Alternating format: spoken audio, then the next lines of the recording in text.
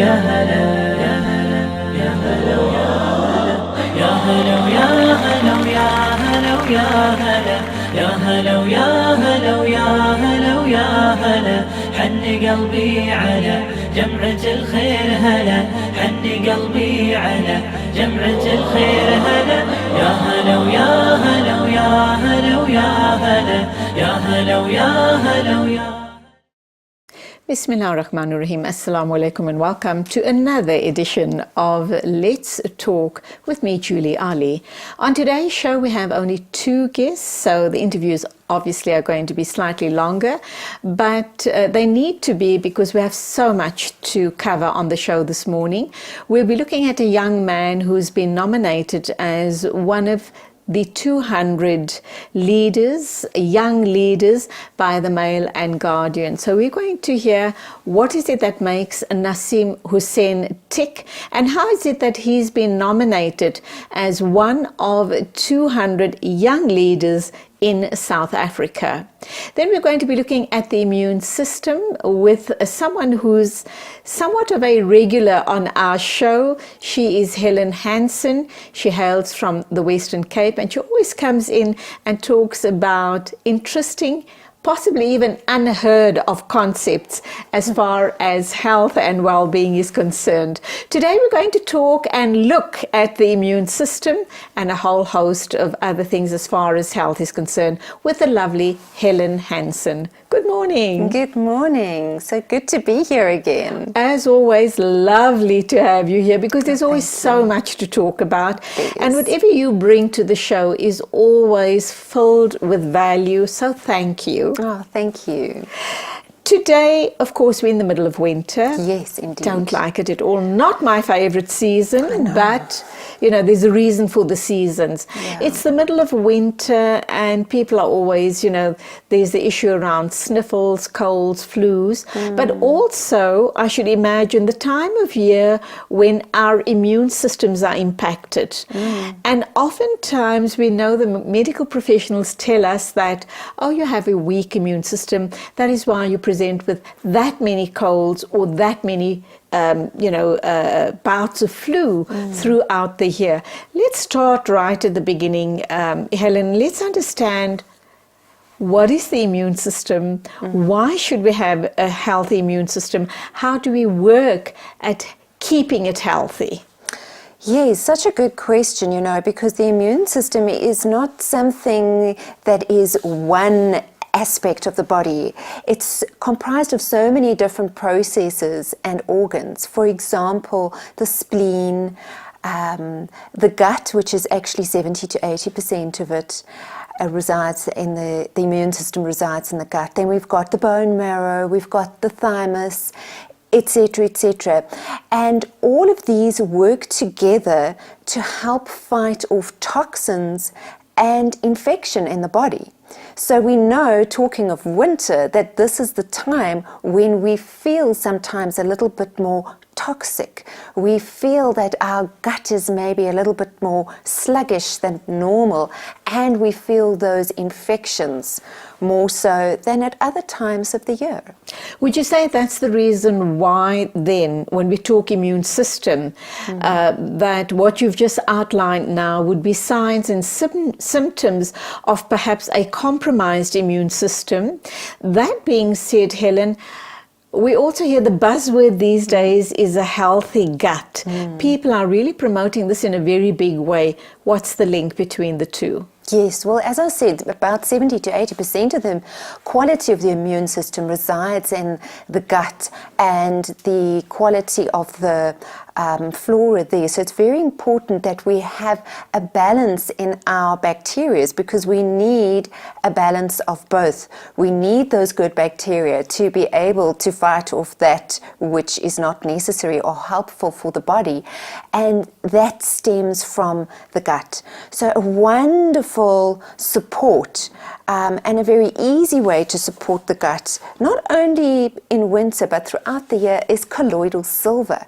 Because when we take in the liquid of colloidal silver, it goes straight into the gut and balances the pH there. So we really need to have a balanced pH because it's often that acidity level that we start to feel, which is a very good sign for us that our gut is being compromised, and that means our immune system is going to be compromised. And that could lead to many other things. It could start with a cold and a flu, but go into a host of other larger, longer bacteria difficulties that we deal with. Now, we talk about a healthy gut. If you have a healthy gut, you're going to have a very healthy immune system. You're not going to be plagued by colds, flus, and anything else that a weakened or a compromised immune system is going to subject you to. You also spoke about colloidal silver. Is that a supplement of sorts that one should be ingesting? Yes, it is a supplement. It's the first time I hear of it. Oh, really? So silver has been around for, as we know, for thousands of years. Our grandparents and forefathers would use silverware for very good reason. They would store their milks or their liquids in silver because it kept so longer. So now in Cape Town, with the drought that we had previously, we were using silver as in a tablespoon of colloidal silver in our standing water, because you now can imagine. So is it in powder form? No, it's in liquid form. So it's basically, it's your distilled water with particles of silver, actual silver in the water that are active. And when you ingest it, this locks onto the oxygen molecules and helps to oxygenate them even more. And when our cells are open and they're able to receive the goodness of supplements and able to expel toxins, that's a healthy cell. But when you've got a constricted, tight membrane around the cell, then you're going to have difficulty absorbing all the goodness. You're going to have difficulty expelling those toxins. So it's very important to make sure that our cells are happy and healthy, not only internally, but what is our environment around us.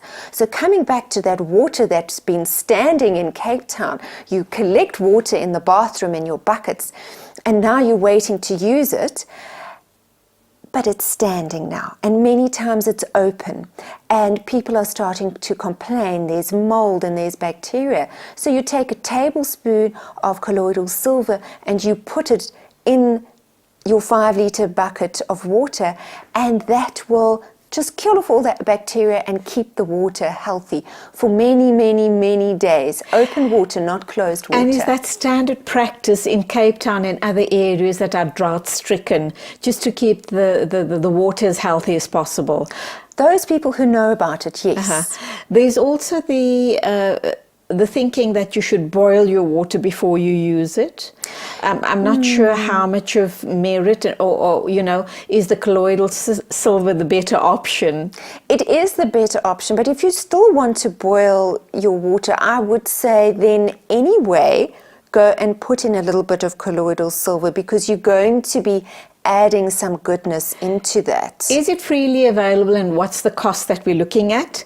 Yes. That's question number one. Number two, when we talk about a healthy gut, I know oftentimes when you have to be on a long course of antibiotics or any other medications, doctors often prescribe probiotics to line the lining of the gut, just so that you don't damage the gut and it remains healthy.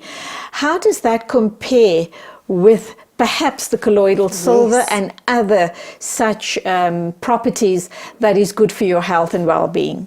So glad that you asked that, because the probiotics is very linked to the colloidal silver if you're going to be taking it regularly, because colloidal silver brings in a host of the good bacteria to cancel out the bad bacteria. But now we need to make sure that that flora system in our gut is balanced. So if you're going to be taking colloidal silver every day, do add a probiotic into that. And yes, likewise when you're taking antibiotics.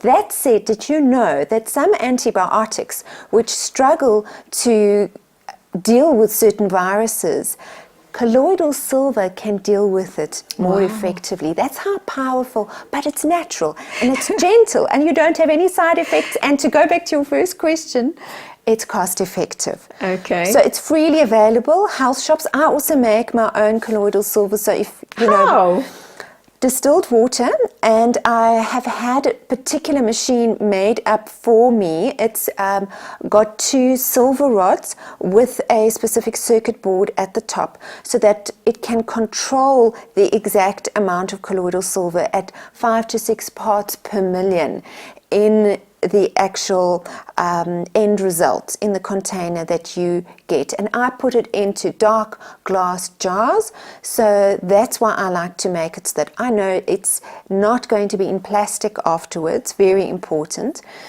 And it is, I also make it at a certain time, which is around the time either of the new moon or the full moon, because the moon pulls, like we noticed that with the tides of the sea. In the seas. It's the same thing with the pulling off of the silver. You get more silver actually being pulled off. Fascinating stuff. We're going to come back and talk some more about colloidal silver, the immune system, a healthy gut, and a whole host more. We also have a contraption here on the table that you're going to tell us more about a little later on.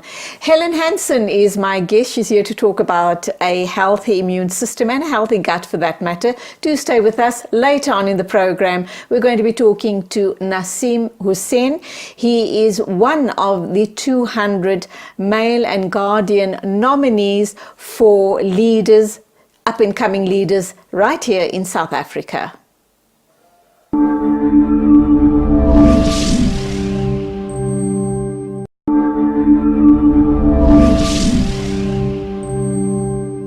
Helen Hansen is our guest. She's here to talk about a healthy immune system. And of course, it goes without saying, if you have a healthy immune system, you do have a healthy gut and all around, obviously, good health, very especially in the winter months. Helen, we were talking colloidal silver. I spoke about probiotics, and of course, if we follow the regime, hopefully we'll be healthy and happy. Hopefully that's also going to keep multiple bouts of flu at bay. Is it only for that purpose, or is it overall health and well-being when we talk colloidal silver?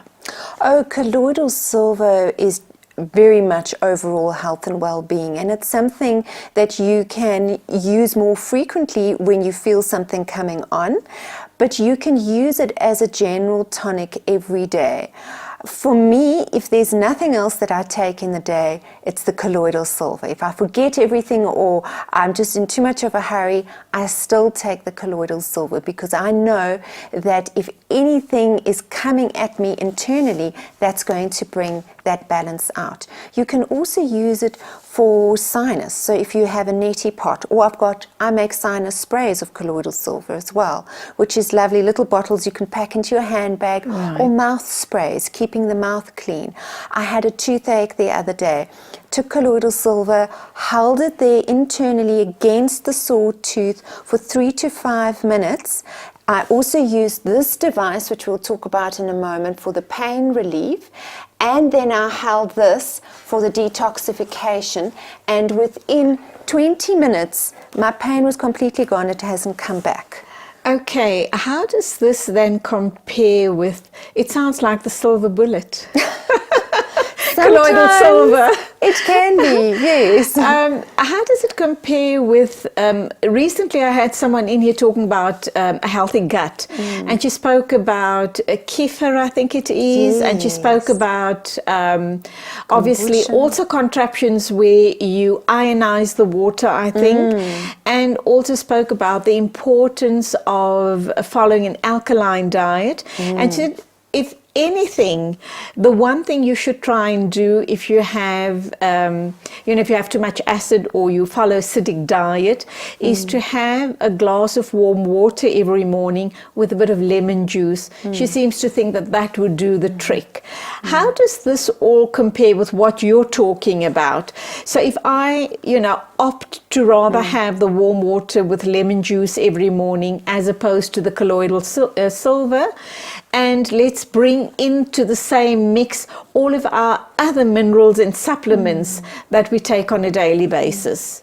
You know, I don't think that it's either or. I think it's very much part and parcel of adding all these puzzle pieces add to a healthy lifestyle. So it's like, just like we can't say, I'm going to take this multivitamin tablet now and then I can go and eat what I want for the rest of the day, or I don't need to think about my health again.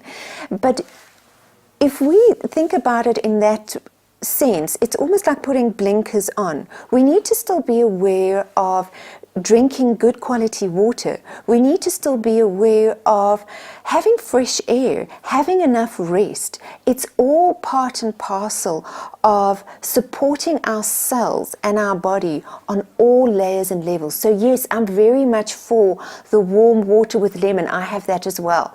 After my colloidal silver, I'll have that in the morning, and sometimes throughout the day it's really good to have a period of 2 hours where you don't eat anything. You just drink water with a little bit of lemon, which is also good for the gut and the balancing of the pH. So if you're doing all of these things, it's just going to support your system that much more. All right, I want to come to this device. Let's get done with these contraptions here and understand, what is this all about? How does it work? And if you're promoting these devices and you're going to tell us all about just how magically they work on the system, would you still need to take the lemon water and the colloidal silver?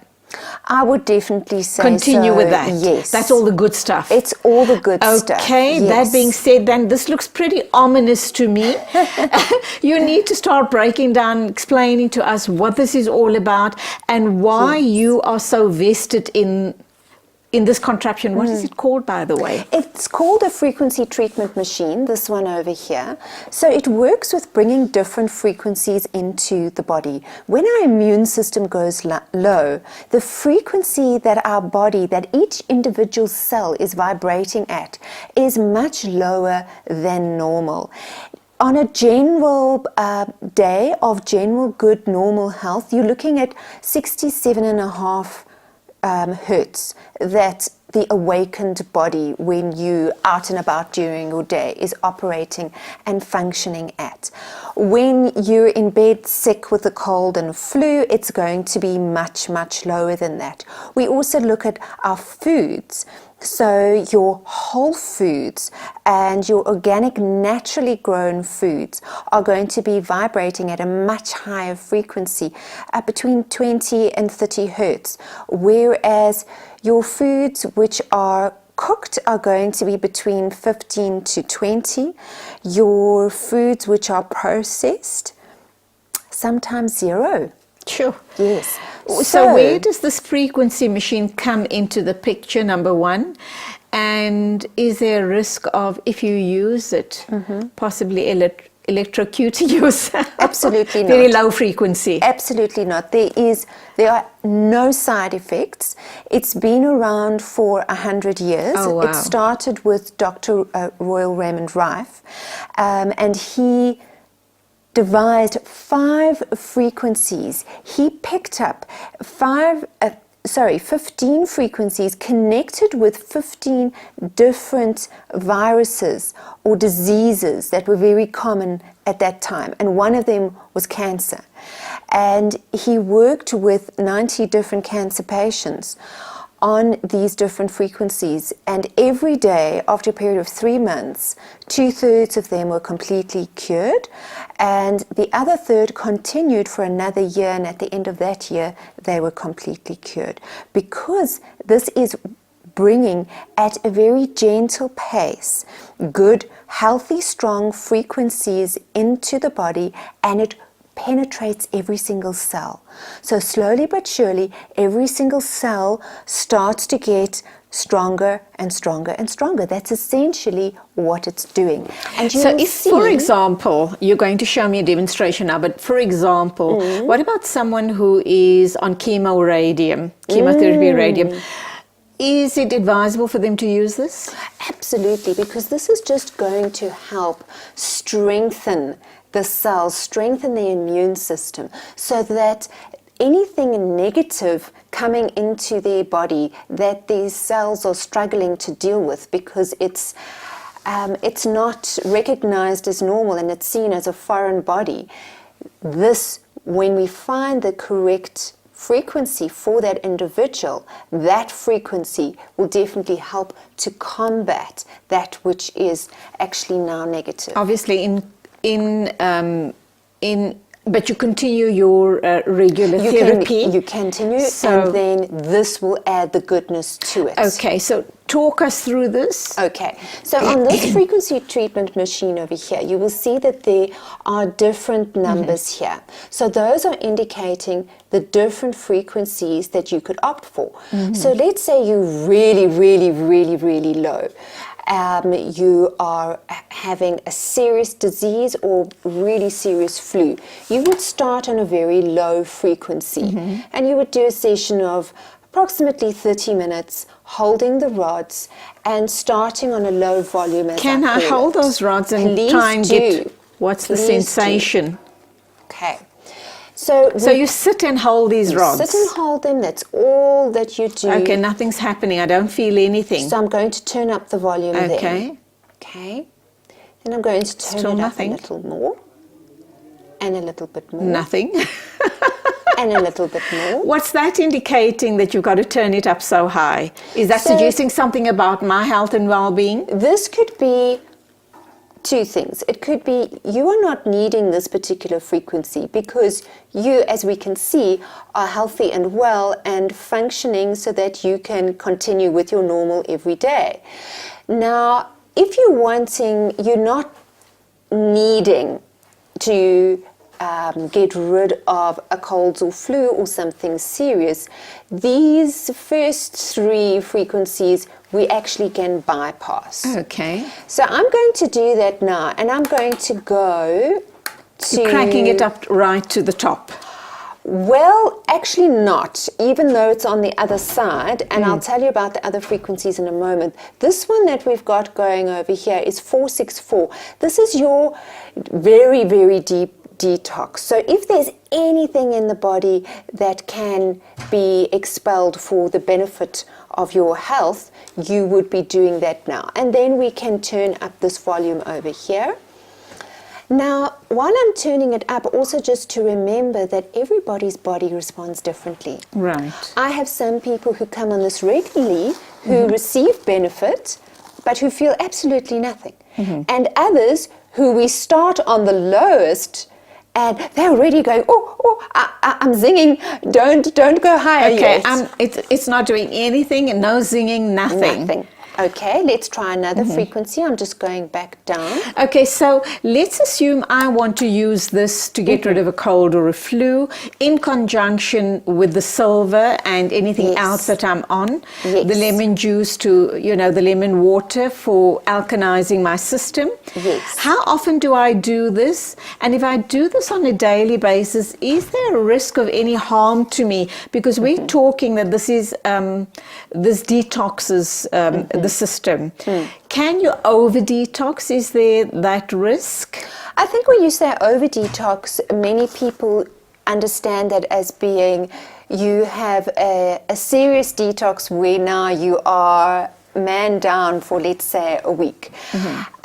So some people want to do that to get rid of it quickly. Other people want to do the more gentle route, and they'd rather take it easier over a period of a month. So I think it really depends on you, on your schedule, on your responsibilities. Can you take a week out now? If you can't, you need to listen to your body, and then you would start on the lowest number. Why do you need to take a week out? Is this not something that you can do without any side effects regularly for maybe a couple of minutes a day, half an hour a day? Absolutely. If you are of general good health, but you know that there's a little niggle here, and you know your gut does kind of talk to you, and you're wanting to improve your immune system, then no, you are not necessarily going to go into a huge detox. And yes, it will benefit you for 20 to 30 minutes every day, either on the detox, but also you are now on the next one, which is, I've put you up right to the top, 852, right, which is your general well-being. So this is now strengthening your immune system on a very high level, bringing in high frequency into the body. So you don't need to detox now anymore, but you want to now up your game. So let's say you are a training athlete, or you just want to have a very strong body, you need to work extra hours in the day. This would be a good frequency for your body to get used to on a regular daily or every second day basis. All right, we need to go for an ad break, but I do need to say to you that I felt absolutely no sensation, even though you've turned it up. Yes. Let's talk about why right after the ad break. Perfect. Okay, there you have it. Helen Hansen is my guest. We're talking, obviously, the frequency machine. We're talking detoxing and a whole host more, strengthening the immune system. Stay with us. We're going to talk some more about this contraption and how you can remain in the optimal health level.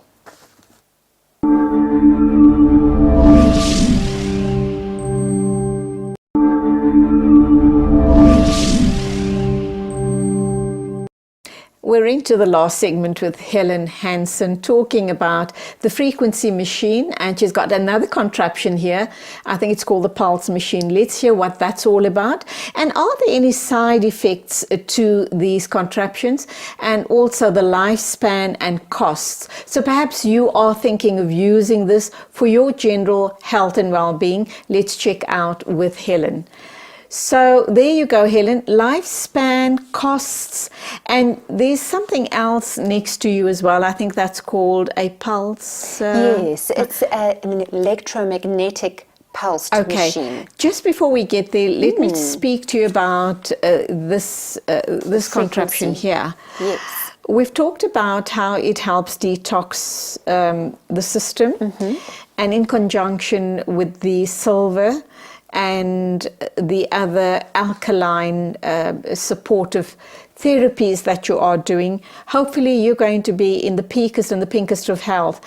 But what about if I have pain? Let's assume I suffer from chronic back pain. Is this going to help me?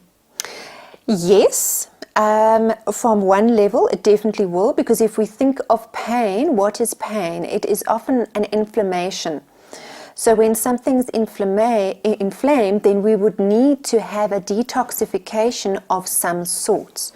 And I'm finding time and time again with clients who come in with back pain, and we want to go naturally to the spot where the pain is, but that's not really where it's being caused. So when we look at the body as a whole, and we look at the lifestyle as a whole, and we look at the diet and the rest and the stress levels and the posture positions, all of these factors play a role. So I would, in my kinesiology practice, muscle test to find out, okay, is detoxification going to be beneficial for you? 80% of the time I'm finding for clients it is, which is why I've invested, and I have with me, and I treat patients and clients with these devices very regularly, as well as myself, as you heard earlier. I started, in fact, 8 years ago when I had fibromyalgia. I started with this device because this was very specific for pain. So with this device, you go onto the actual spot wherever the pain is, and the pain will slowly subside.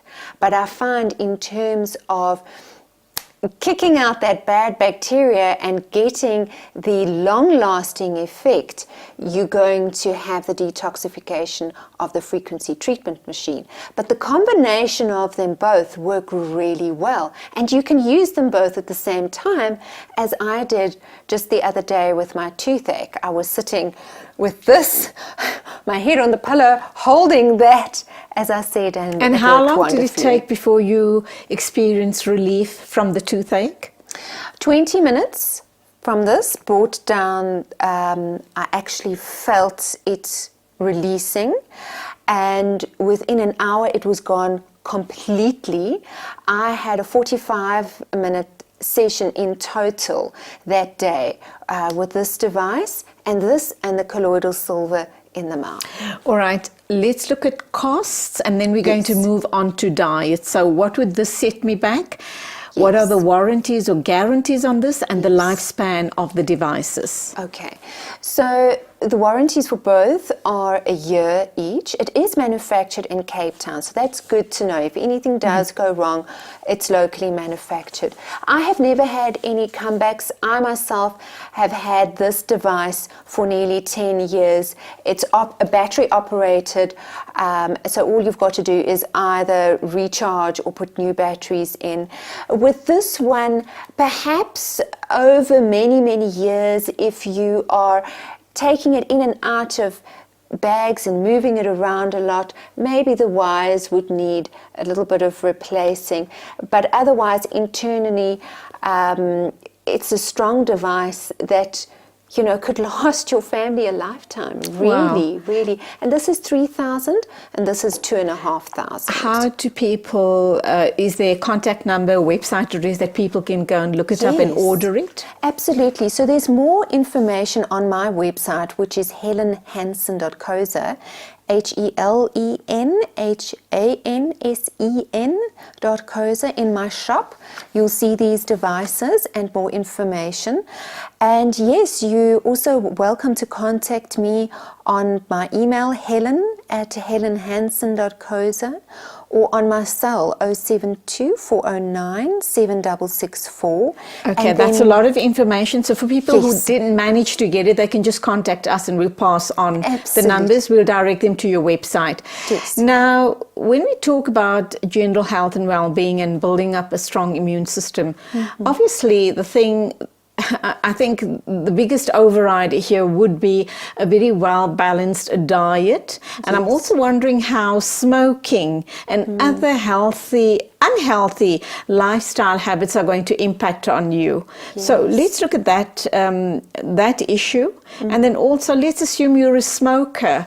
You refuse to give up smoking, but in conjunction with the smoking and using of these devices, are you still going to get some help, some relief? Okay, diet first. Yes. So definitely diet is very much person related. Your age, your environment, what type of blood group you are, etc., etc. So a wonderful option with kinesiology is you can do a diet and supplement test, finding out from your body what is going to be most beneficial for you right now. And of course, season dependent as well. We're needing a little bit more of our root vegetables, but we also need more vegetables. We need to make sure that at the end of the day, we have been covering a different color from all the color schemes that we can of what we can eat. So have you had something white? Have you had something green, yellow, orange, and dark blue or purple or red on your plate? Because you must be able to say, yes, I have had a handful of each, to know that you've covered all those different areas to get a balanced diet. That's a quick, easy way to see, am I having a balanced diet? And with that is, of course, the water. We need to have enough water, more so in winter because we're so dehydrated with the heaters and doing everything that we can to keep ourselves warm. And we are more compromised with our immune system in winter at this time because we are not outdoors as much, we're not getting as much sun on our skin, we are closed up with our shoes and our socks. So if you can just for 10 minutes go and walk on the ground bare feet, ground yourself, get those minerals from the earth and the electromagnetic frequencies that are coming naturally through the earth into your body, that is just such a cost-effective, healthy way to raise your immune system. Okay, what about smokers? So smokers definitely. It's not going to help you stop smoking, but assuming if you're one of those diehards, refuse to give up smoking, how's the device going to benefit you? Well, I would naturally assume you would probably need to use it a little bit more, because you are expecting more from your body and your immune system. So you are putting it under more stress. So you're going to need to give it more TLC, detoxify it more, and be more aware of the other items that you're putting into your body. So yes, more detoxification, more supplements, but again, you would need to find out what that is for your body. We have about 2 minutes to wrap up. Let's talk very quickly, because we're in the middle of winter, the issue around sinuses. How best do we address them? Yes. And would either one of the devices help us get rid of our sinuses, or at least give us relief from sinuses, and also allergies? So the north side of the magnet here, this, when you switch it on, will be pulsing. And when you place the north side where the pain is, so if you've got sinus, and I also suffered with sinus for many years, I would use this here. That helps with the pain relief. Again, we're going to the frequency treatment machine for the detoxification, because here you've got a lot of build-up with the sinus. You want to release that inflammation.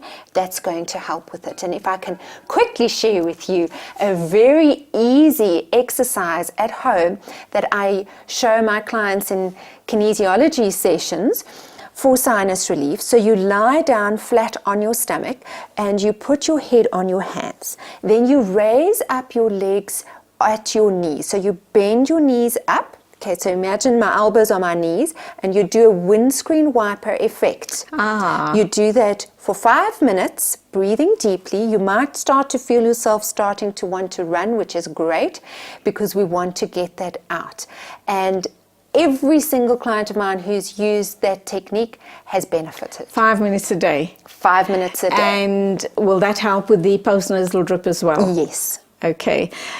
Closing thoughts from you, and closing sound advice as far as detoxification and pulsing is concerned? De-stress. Return to the breath. If everything else is chaotic and you can't use anything or lie down or take anything, just go inwards to your breath. Calm your breath down. We forget how powerful our breath is, and that it has the capability to detox up to 70% physically and emotionally from our body. Long, slow, deep inhalations. And in closing, obviously, a positive mindset to any new intervention is going to get you halfway there.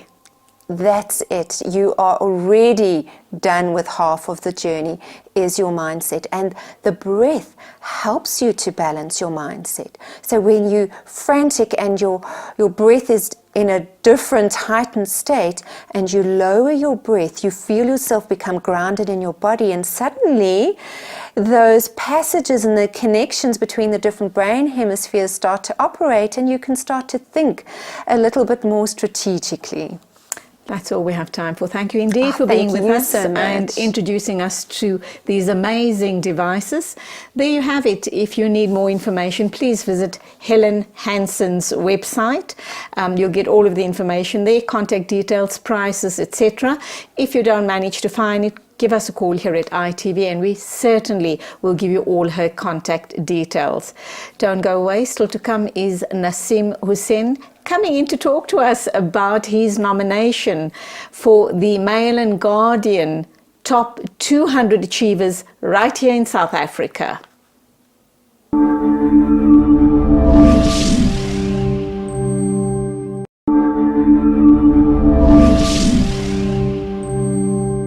And welcome back. We now have a young achiever. He definitely is an achiever. He's had so many highlights in his life. Alhamdulillah, I'm very happy and very proud to introduce Naseem Husain to you this morning. He's fondly and lovingly known as Nas by his close circle of friends, family and loved ones. Naseem Husain, assalamu alaikum, welcome to the program. Alaikum salam. It's great to have you here today, simply because I think just by talking with us on ITV, you're going to be a huge inspiration to young people watching us this morning, very especially since your background and your field of study is kind of off the grid, the type of career choices and professions that people don't normally follow in their hordes, because I think there's a whole host of issues there, job security, etc., etc. Sure. So tell us what you studied and what you're doing currently. Well, currently I'm working as a screenwriter and as a writer. I also work as an illustrator. But in terms of what I studied, I actually studied journalism at the University of Johannesburg. And that's actually something I never finished because I got too busy working. Right. Because even at the time I was working a lot while at university. So how much time left before you get your degree? How many modules? I can kind of bypass that now because I've got enough work experience that I've been invited to master's programs at Wits and things like that. So I'll see. I will find out about pursuing that kind of thing when I have the time. Okay, you spoke about being invited to do a master's at Wits. If you do decide to go that route, what would your topic, your dissertation be all about? I haven't given it a ton of thought, but I know I would focus on storytelling. There are various master's programs that accept students regardless of their degrees if they're professionals. So there's the creative writing masters at Wits. There's advanced game design, and there's lots of different degrees that actually take people in at that level. So it would focus on narrative in some way, because storytelling is my focus and my career. How is it that I remember you as a child, you had this amazing active imagination, and storytelling even then, and story writing was such a huge part of your life. And you followed that dream, you've pursued it, and here you are today. I also know comics was and still is a huge part of your life, and we will get there in a minute or two. But this love of storytelling, reading, etc. I think that it comes from, a lot of the time, it was fostered by my parents. My father is a big storyteller. And a reader. And a reader, voracious reader of history and literature and all kinds of things. But he's just the kind of person that when you get him started, he will just go on and talk. And it's always interesting. It always enraptured me as a kid. And my mother's a big sort of quite analytical and quite a thinker, and always takes people in and listens to them and thinks a lot about them. So I think I kind of got the best of both worlds, and both of them kind of stimulated that in me and encouraged that in me. So I think that's kind of where it comes from as a child. And I just, as you said, it's not something that people pursue often. Or not in their hordes, like you said, in droves. Even in my case, I was very hesitant to pursue writing narrative and getting into film and TV at first. I thought it wasn't an opportunity that would come my way. But because the industry is very competitive. It is competitive, but also it's like most industries, actually. I think when you're young, especially, when you're looking at it from the outside, you just don't know how to get in. The concept of just applying for a job is a strange one. There are things like journalism, like I studied, where you kind of know the established the fronts of everything. There's the Mail and Guardian or the Star or the SABC or whatever it might be, and you know that you can study those things and apply to those places for jobs. The sort of TV production world, the only time you see the name of the TV production companies is at the end of every TV show you watch. So you don't think, I can apply for a job at Urban Brew or Quizzical or any of these production companies. You don't think about it. Mm-hmm. And we do know it's a very closed industry in terms of, there's just that many opportunities available. And when an opportunity does become available, you're going to get the cream of the crop applying for it. And I guess that's possibly what's created the barrier to entry. But having said that, let's go back to, you spoke about writing, you spoke about journalism, and you spoke about the major publications or the broadsheets in the country. Let's look at the whole social media and technology field. Right. That's come along and occupied a very huge space in the way we now consume news. Yeah. As a journalist, And as other upcoming journalists, should you be worried? Like social media has been a part of my life from the time I was in university. Facebook launched internationally in 2007 and I was in first year in 2007. So to give you an idea of how normal it feels for me, that's how journalism, or how I've been consuming information for the longest time. And even before that, I was consuming information on the internet. I think, should people be worried? I think if we have anything to worry about, it's already currently the sort of manifestation It's past. Well, no. The manifestation of the worst parts of it, I think, are currently kind of visible in the US media, or even locally a little bit. But, the kind of lack of opportunities for good journalism to make it to the top, and a lot of stuff that just gets attention and gets eyes and gets clicks and gets hits online kind of gets noticed more than anything else. So that part of it is kind of a problem. But I don't think, in life, I don't think we should ever let worry consume us, and let the sort of like fear that this thing is going to destroy everything, or the internet might ruin everything, stop us from trying to make things better. I guess that exactly as you said, you've been in this space for such a long time, and this is the way young people are consuming news, and this is the way we need to be thinking and moving forward as far as newsmakers are concerned. Yeah. So it will be the survival of the toughest, number one, as far as broadsheets are concerned, but also if you're wanting to target young minds, you need to go the technology route. Well, I mean, I think also just everyone needs to be very conscious of the fact that young people are becoming more aware of how media is made, of where media comes from, of what the sort of agenda is of various media houses. So people, it's not that people want, or young people want, the internet specifically to give them the information. They just want a source that they trust and recognize, because they recognize that not every source that their parents were fed information from was trustworthy. However, there's also, as we know, there's a lot of fake news on all of these platforms. Sure. How do you discern what is genuine as opposed to fake news? And sadly, I should imagine a lot of people are being taken in by that fake news. They're believing it, Yeah. they're subscribing to it, and they're passing it on. Well, the thing is, I feel like never take information from one source. In life, in general, this is even if your friend tells you a story, always kind of look at it in a broader context. I remember my journalism lecture that I went to before I even started at UJ. I went to Damlin the year before that, and my lecturer there was a journalist, and he always said, "What is the truth?" That was his first lecture with us. What is the truth? And he would tell a story. He would say, there was a car accident it hit 3 people. This person said whatever, and he would ask us now to tell the truth, and we would all, recite back what was on the board. Give your perspective. No, but you'd give back what he said, and he said, "How do you know that's the truth? How many people have you spoken to that were there at the event?" You have to speak to as many people as you can. You have to find out as much information as you can. The truth is an intersection between all these different people's perspectives. And it's the same when it comes to the news.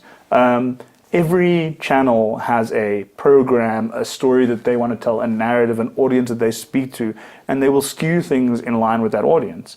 I think you just need to read a diverse range of things. You need to consume a diverse range of media. That's where you get the awareness from, of what is fake and what isn't. I joke a lot. People know this. People's parents share WhatsApp messages. They will just get a message and they will forward it to everybody immediately, instinctively. Yes. Because it's just, I've got to warn everyone. And I've got sensational. This news. Yes. And it's out of a care. It's Absolutely. like, don't stop at this traffic light because there's been 3 robberies at this traffic light. And you have to ask, but where did this message come from? Right. And is it actually plausible? Right. And a lot of the time it isn't. But I think just be aware of that. Use your mind. Really engage with the information. Don't just assume that the news you've been given is 100% the truth all the time. Be discriminating. On that note, we go for our first ad break. Naseem Husain is my guest. The reason we have him in studio is simply because he is one of the few people I know that has chosen a very different path as far as profession is concerned, different path to the norm. not the normal doctor, lawyer, accountant. He is obviously started studying journalism, and his journalism, his writing, and his love for reading has taken him to places unimaginable. And we're going to unpack all of that and more. Please stay with us.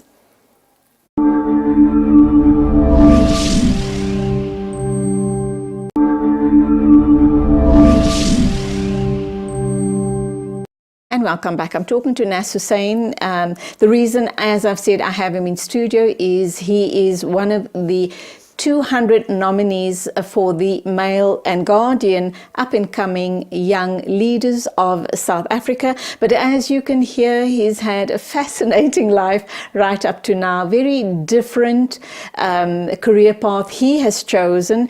And of course, for people perhaps considering this line of work, do know that it's lots of hard work, but at the end of the day, truly, truly rewarding. But as anything in life, you have to be passionate about it. And if you're passionate, you will reap the rewards. Now, we've moved away from fake news, journalism, but that's what brought you where you are today. Sure.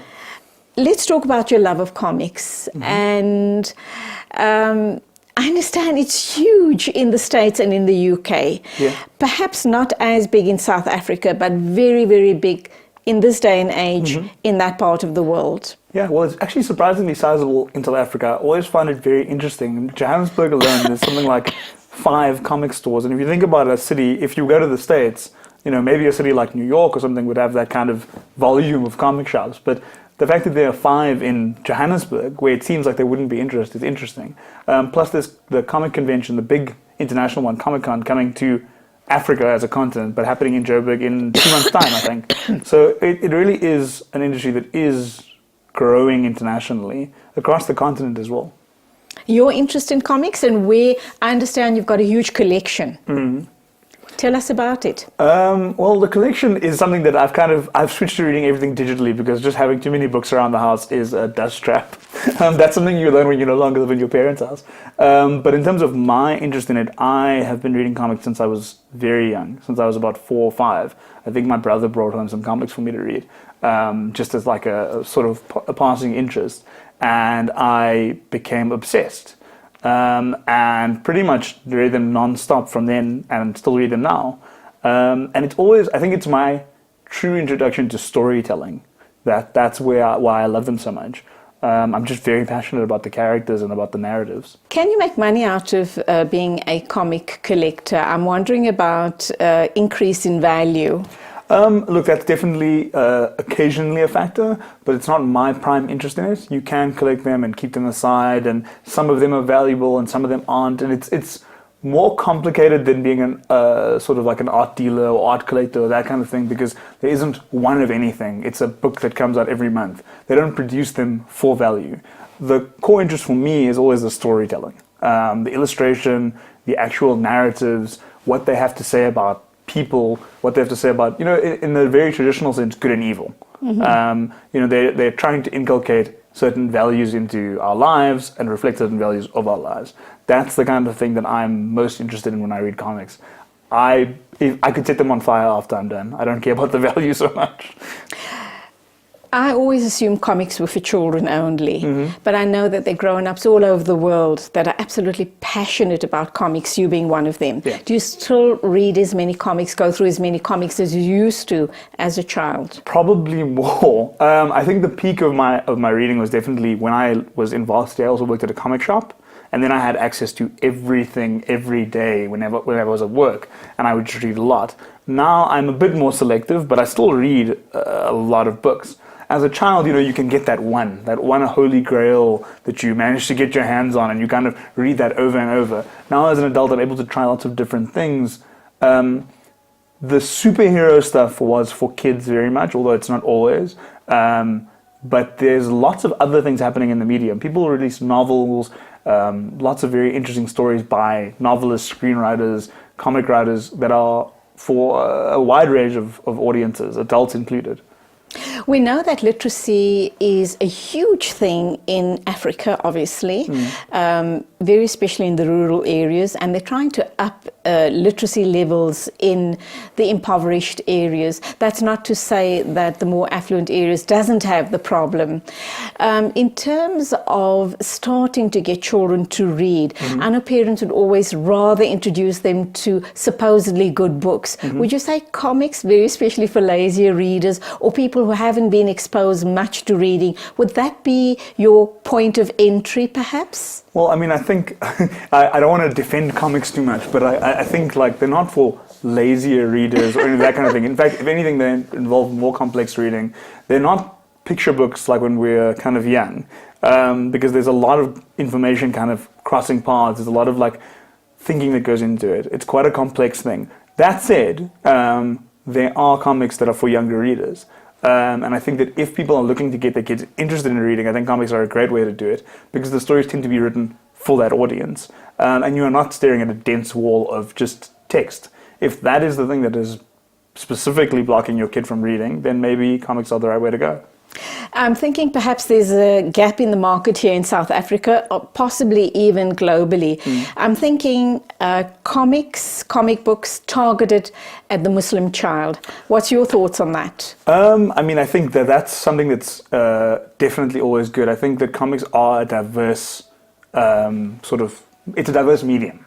So there probably are some. I know there was one called The 99, which specifically took the attributes of Allah and gave them not gave them to people, but basically tried to empower people with them, to educate people about the 99 qualities of Allah. Exactly. There's also a very famous comic writer who works for Marvel Comics, G. Willow Wilson. She's a Muslim writer. And she is a novelist as well, and her work is on a character called Miss Marvel, who is a Marvel superhero, very traditional in that sense, but a young Muslim girl. And that's actually a comic that I introduced my niece to. Oh, because I thought she might be interested in it, and she was. I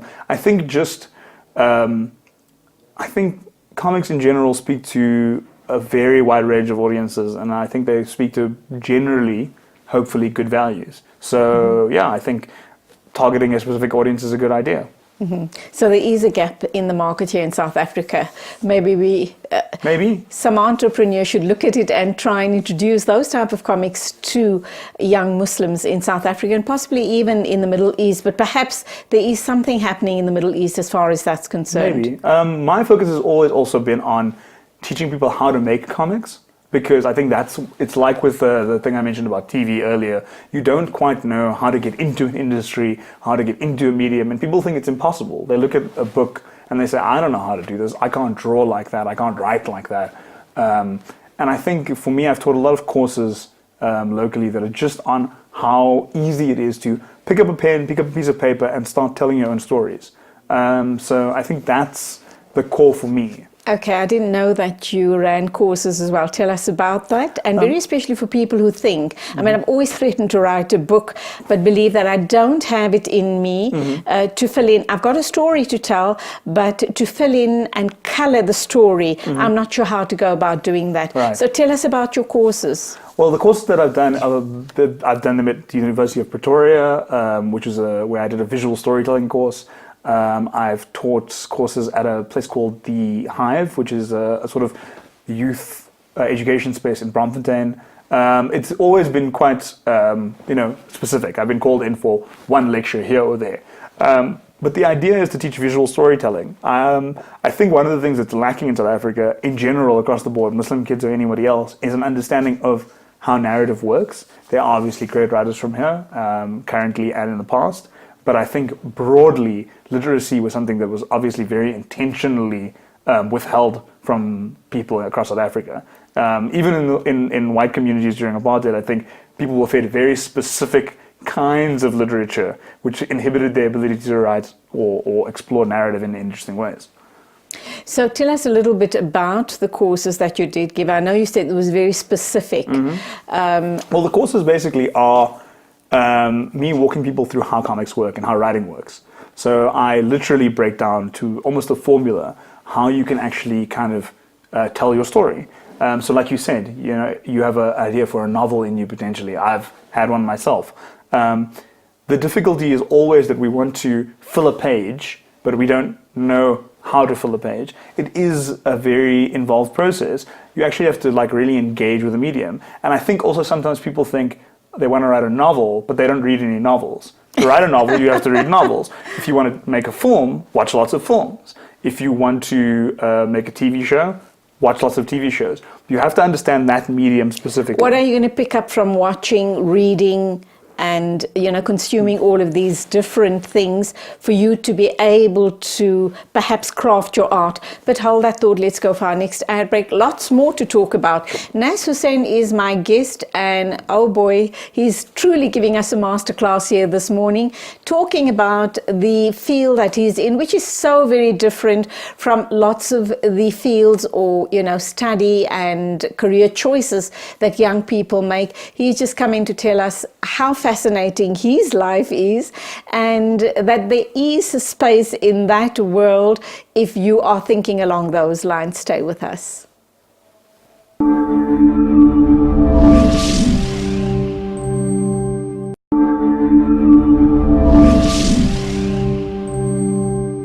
And we're into the final segment with Naseem Husain talking to us about his work, his love for comics, the type of work he's involved in right now, and we'll also talk about his nomination with the Mail and Guardian in a minute or two. I put a question to you before the ad break about why I need to read novels if I want to write a novel, why I need to watch lots of movies if I want to make a movie, etc. Right. What is it that I'm going to pick up by doing that? The thing is, as a child, I always looked at films, for example, and I thought, wow, this is amazing. And then my next thought was, how did they do it? Like, how did they... And it can be the most mundane thing. The most interesting things happen when people are just talking to each other. But how did they make it interesting? Why did I want to keep watching? So when, let's take the novel as an example, because that's something you were talking about.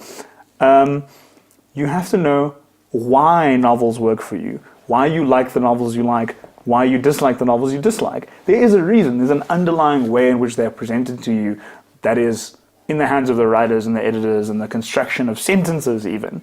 I'm a big fan of, there's a book I had that is a collection of short stories by famous authors from sort of the US and Europe in the 20s and 30s. And there's 2 stories in it by F. Scott Fitzgerald, who wrote The Great Gatsby, great author, and Ernest Hemingway, who wrote Old Man and the Sea, For Whom the Bell Tolls, also a great author.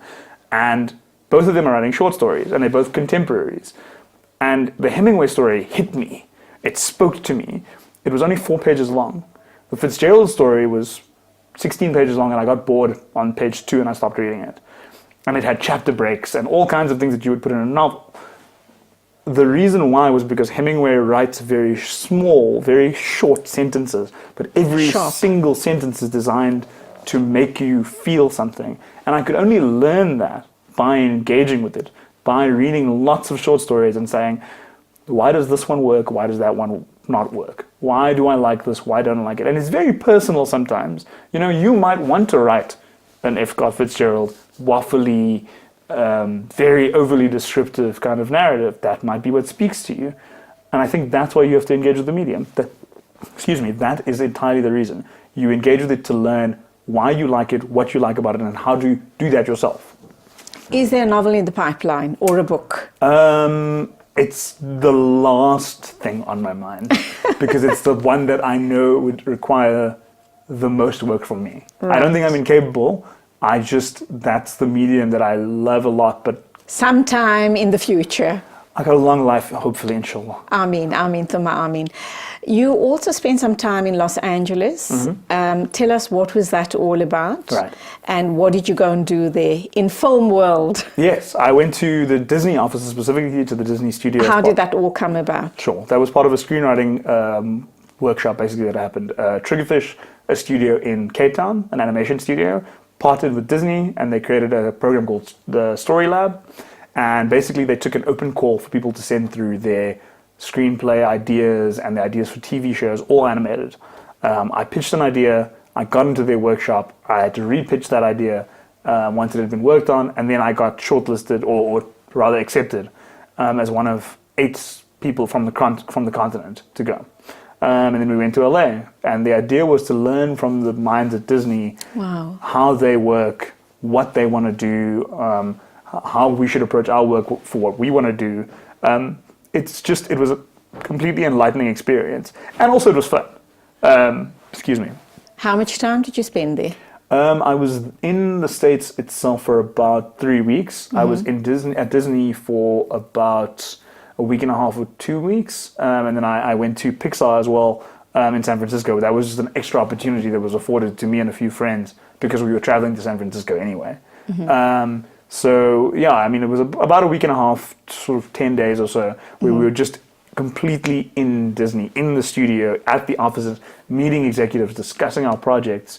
I think the highlight for me being meeting directors and screenwriters there who can actually talk to you about story and about how to write and how to tell your story the best way possible. And has that changed the way you now look at stories and your writing? Because currently you're busy with a project with the SABC and you're script writing for them. Yeah. How many people work, concurrently on a project like that, and how has that shaped you? Okay, so the first part, in terms of how many people work on it, it can be dozens. At the moment, I know Script writers. Script writing. And do So you guys clash ever? Well, the way it works is you have different sort of rungs, right? So you have a head writer, and we have a head writer in our case, and he kind of oversees everything, right? It's his baby in a sense. Then there's a writer's room, which I'm a part of, which are the storyliners. So that's only 4 people, the head writer and 3 writers. And we sit around, we work on the whole story together for the whole season of the TV show. We think about all the characters and what every character is doing, and then we break everything down, scene by scene, into very, very intricate, elaborate documents.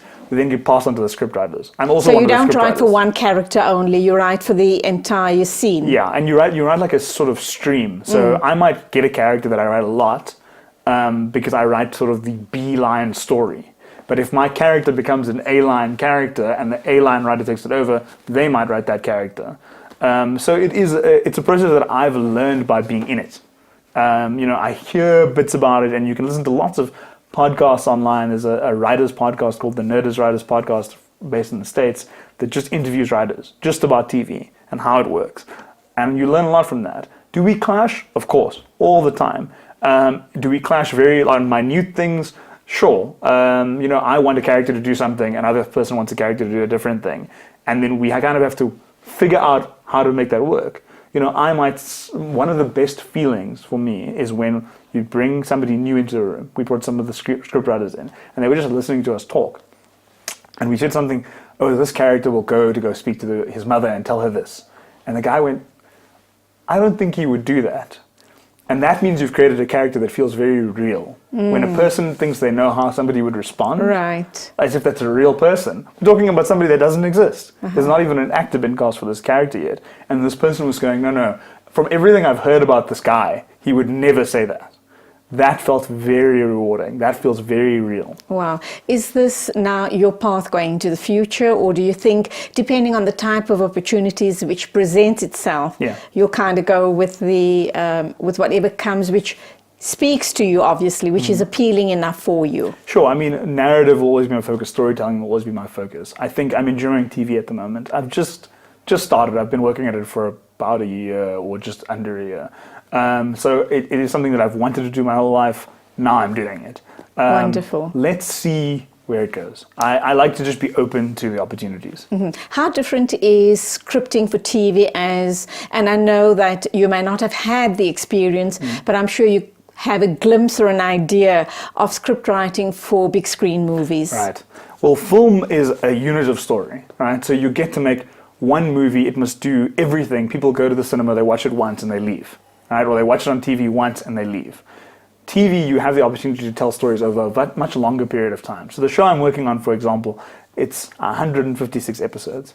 So I can have characters do things, like they can make mistakes and change their mind a lot because I have 52 episodes in a year to sit and just do that. That's the difference. Right. Film, I don't. I can't have them constantly rewind and change their mind and go here and go there. They have to kind of go towards the end goal. Fascinating stuff. You have a very fascinating life. We've got about 3 minutes to wrap up time. Sure. Let's talk about the nomination with the Mail and Guardian. Right. How did that come about? What does it mean for you currently and in your future? In terms of how it came about, Mail and Guardian does this every year. The 200 Young South African supplement, they open this up to the public. You can submit people. And it's people from all ranks of society again. It's just achievers or leaders or people who you feel are doing important work who are up to the age of 35. And so somebody submitted me for this, and basically that got me nominated, and then, you know, they get like 4,000 people, or that they have like 4,000 nominees. Then you get shortlisted. So I got shortlisted and interviewed, and then from there you kind of move on into the next phase, which is you get selected, and I got selected. So a couple. And your category being? Arts and entertainment. Okay. Right. So I was selected specifically as a writer and an illustrator. And in terms of the opportunities it actually awards for you, it's most of these things just allow you to meet more people who do the kind of work you do, or who think the way you think. That the night of the nominees dinner, I'm sitting at a table with people who aren't scriptwriters and screenwriters. 2 psychiatrists were sitting next to me, but we connected and we had things to say to each other. And you know, you take their details and their business cards, and it's that kind of opportunity. Networking. Yeah, but also I think, you know, people say networking, and I think it sounds a bit sociopathic. It sounds like something, you know, you better go into a room and you better get everyone's business card. But it's like, no, be friendly, make friends with people that are like you, and that is the network. That is what you want. The future for Naseem Husain after the end of this current script writing project that you're doing with the SABC? I would like to pitch more television shows, hopefully for the SABC, hopefully internationally as well. I'm working on one pitch for a TV show with a group of friends where we're writing it together, and we want to pitch that internationally. So hopefully, inshallah, that's what you'll see next from me, is a big international show.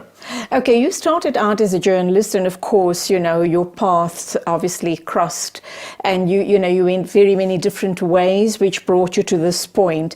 Lots of young people do go, if they want a career in television or movies, they apply or they sign up with AFTA. Right. Your path was pretty different. What is your advice to young people going forward who want to make a life and a future and a career in this industry?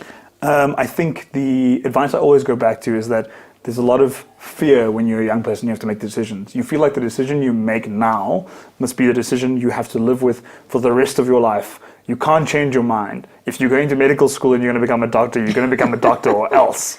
And I think that what you have to do is you have to think about what you'd like to do as you move through life. You are not bound to one thing at any point. I studied journalism, as you said. I shifted in a different direction because it was the direction that felt right for me. Communicate to yourself out loud. Say out loud to yourself. Be true to yourself. Yeah, say out loud to yourself, because people have parents that don't understand. That's fine. Say to yourself, I would like to be a writer or a fashion designer or whatever it is, because at least you know when the opportunity does come, or it shows up in front of you, maybe you'll seize it because you know that that's what you wanted. You've said it to yourself. Nas, and no doubt you've been quite an inspiration to all the people watching us this morning, inshallah. Those people who had ideas about maybe going the same line of work that you're in, that they know that it is doable, that they just need to follow their dreams and lots of hard work, lots of dedication, believe in themselves and follow their dreams. Thank you indeed, and we're looking forward to big and amazing things from you in the future. Go well, and Khudafiz. That was Naseem Husain talking to us about obviously his career opportunities and of course the nomination as one of the 200 achievers, young achievers in South Africa by the Mail and Guardian. Definitely very inspirational, and I know lots of young people are going to start sitting up and thinking things and looking at things differently after listening to Naseem Husain talking to us this morning. Time for us to wrap up. Thank you indeed for joining us. Until the next time, as always, a big thank you to the production team, and Khudafiz from me, Julie Ali. يا هلا يا هلا يا هلا يا هلا يا هلا يا هلا يا هلا يا هلا يا هلا يا هلا يا هلا يا هلا يا هلا حن قلبي على جمعة الخير هلا، حني قلبي على جمعة الخير هلا. يا هلا ويا هلا ويا هلا ويا هلا، يا هلا ويا هلا ويا هلا ويا هلا، يا هلا ويا هلا ويا